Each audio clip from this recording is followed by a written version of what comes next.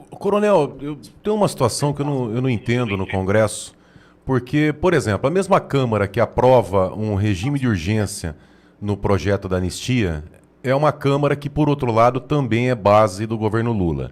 A mesma Câmara que derruba, né, essa MP, em outras oportunidades, também é base e apoia os projetos do governo Lula. Como é que funciona dentro? Eu acho que somente quem está vivendo aí o dia a dia do parlamento que consegue ter um estudo, uma visão em cima desse movimento da Câmara. Temos esperança nesse Congresso? Há uma esperança de um levante aí para trazer a normalidade no país? Como é que funciona essa situação? Uma hora vai contra o governo, outra hora vai a favor. Como é que funciona essa situação, Coronel? Olha, Borgo, são políticos que querem agradar a Deus e a Mamon. Isso não funciona. E eles estão fazendo isso de uma forma tão descarada ultimamente, mas tão descarada. Por quê? Para agradar o governo, basta votar meia dúzia de pautas e o governo, então, vai despejar um caminhão de emendas no colo desse deputado para as bases eleitorais dele. Por outro lado, tem algumas pautas como essa da anistia. Como é que você vai explicar para o povo aqui fora? E aí a gente volta a falar daqueles 58 milhões de eleitores, né, que votaram em 2022, né?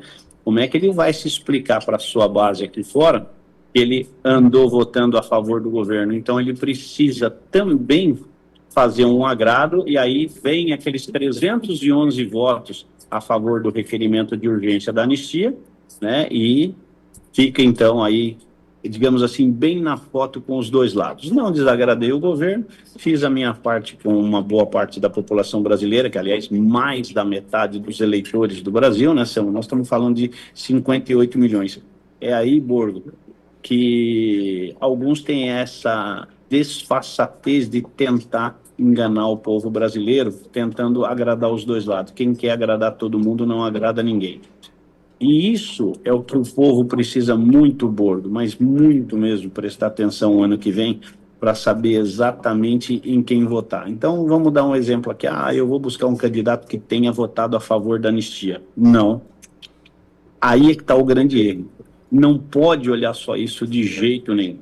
Tem que votar exatamente como é que ele estava no IOF, como é que ele estava na questão do aborto, como é que ele estava na questão da descriminalização das drogas, como é que ele estava em tantas outras pautas polêmicas. Qualquer hora eu vou relacionar aqui um questionário para saber exatamente como o deputado ou o senador votou em pautas importantíssimas, né, que acabaram acontecendo nos últimos 8 anos, por exemplo, e a gente volta lá atrás no ano de 2017, 2018, porque tem muita coisa importante. Fundo eleitoral que foi aprovado em 2017 para iniciar em 2018, que hoje está na casa de 5 bilhões de reais, e começou, se eu não me engano, com 700 milhões, mais ou menos. 700, 800 milhões, e hoje já está na casa de 5 bilhões de reais. Então, tem muitas votações que vão definir a personalidade desse deputado, se ele é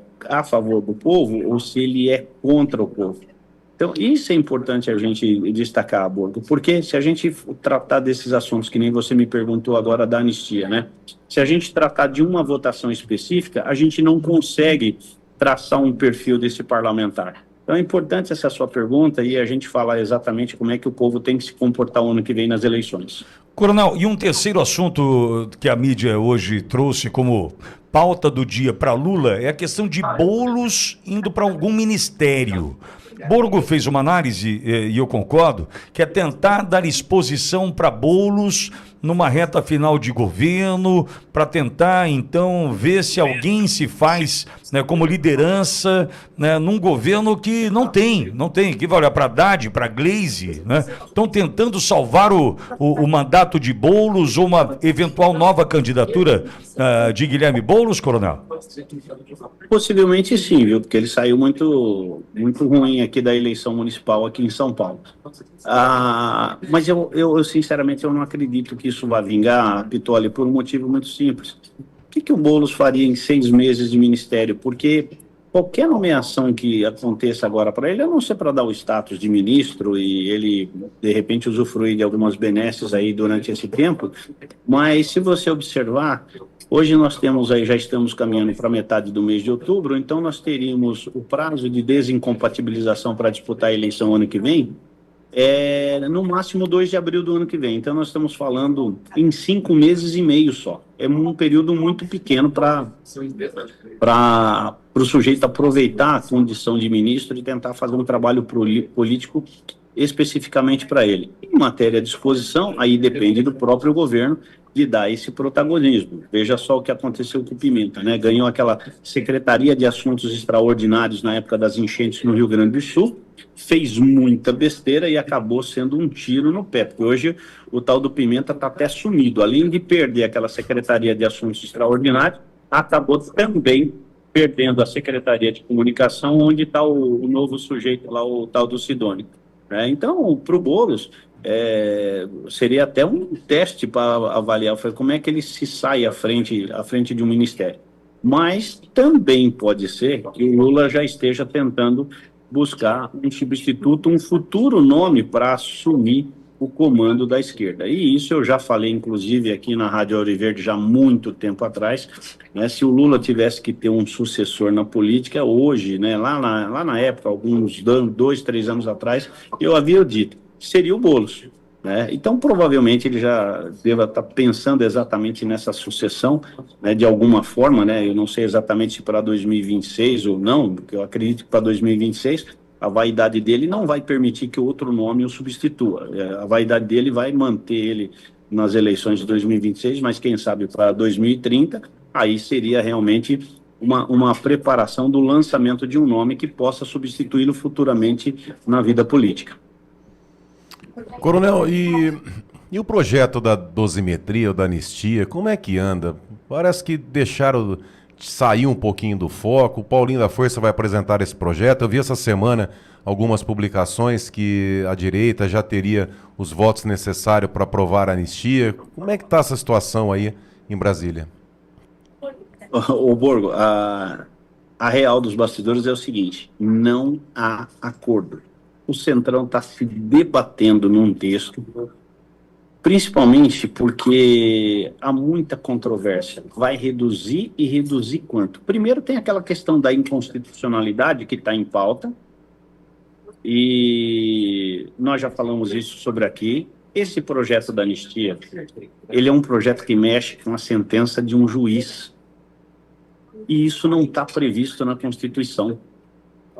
Mexer na sentença de um juiz, só outro juiz de grau superior. E, no caso, não existe grau superior para Alexandre de Moraes. Não existe. Então, é algo que, constitucionalmente, ele não passa. Ele tem esse vício, ele já vai carregar esse vício. Então, o que a gente tem que se falar é de anistia. E aí, então, vem aquela questão. Metade é contra, metade é a favor, e eu sei que existem votos favoráveis para aprovar a anistia. Só que o governo não quer. O governo não quer, a esquerda não quer, a bancada do governo não quer, mas hoje tem votos na Câmara, com certeza, no Senado, com dúvidas, mas é possível se buscar os votos favoráveis. Então, o que acontece? Qual é o medo hoje? É aquela conta que eu havia feito para vocês na semana passada ou retrasada. PL é contra a dosimetria, o PT também. A oposição é contra a dosimetria, a situação também. Ninguém quer a dosimetria, nem do lado direito, nem do lado esquerdo. Quem quer a dosimetria é o Centrão. Se você somar os votos tanto da esquerda como da oposição, ali à direita, no caso, você derruba o projeto da dosimetria e imediatamente o Hugo Mota é obrigado a colocar o projeto da anistia em campo, em votação. Derruba o da dosimetria e volta o PL da anistia. Aí o couro come, porque aí eles sabem que a anistia passa. E, além de passar, ela é constitucional, absolutamente legal, ela não tem nenhum vício. E isso seria o mundo perfeito para nós que estamos lutando pela anistia de todas essas pessoas. Esse seria o mundo ideal. E aí ficaria só uma última uma última briga no Senado Federal para conseguir os votos, tá? Mesmo sabendo, viu, Borgo, que o presidente poderia vetar integralmente, mas seria derrubado no Congresso Nacional numa sessão qualquer assim que houvesse o veto. Então, esse é o impasse. Os bastidores hoje tá tentar ajustar o que vai ser colocado nesse projeto da dosimetria, porque para alguns do Centrão isso não agrada e para outros agrada, e aí corre o risco até de, mesmo com essa dosimetria mais ou menos acertada, ela ser derrubada no voto, né, de uma forma muito bonita, por sinal. Sendo derrubada, o PL da anistia entra em campo, que muitos não querem isso daí, porque isso, teoricamente, desagradaria alguns setores, dentre eles o próprio judiciário, que não concordaria com essa anistia. Mas só um detalhe, né? Como foi aprovado o regime de urgência, ele tem ali um determinado prazo, né? Algumas sessões para ser votada, né, Coronel? Porque se não for votado ali rapidamente, tranca a pauta, né? Acho que pelo regime de urgência. Agora você me deixou com dúvida de novo. Eu não sei se a urgência tranca a pauta, porque eu vou dar um exemplo para você. Eu tenho um projeto de urgência que foi aprovado muito tempo lá atrás, se eu não me engano, em 2019 ou 2020, eu consegui o requerimento de urgência, posso até citar aqui o projeto, que era justamente da anistia do delegado Protógenes. Alguém se lembra da Operação Satyagraha? Sim, Alguém opa. se lembra desse escândalo da Operação Satyagraha? E que envolvia políticos do PT para tudo quanto é lado? E que aí foram pegar o Protógenes, né? Pegaram ele tanto na função de deputado federal, como depois na função de delegado. E ele teve que vazar do Brasil e hoje está em algum lugar da Europa, né? Muito bem, eu fiz o projeto da anistia e consegui as 171 assinaturas. Né? Ele está lá, ele fica na fila.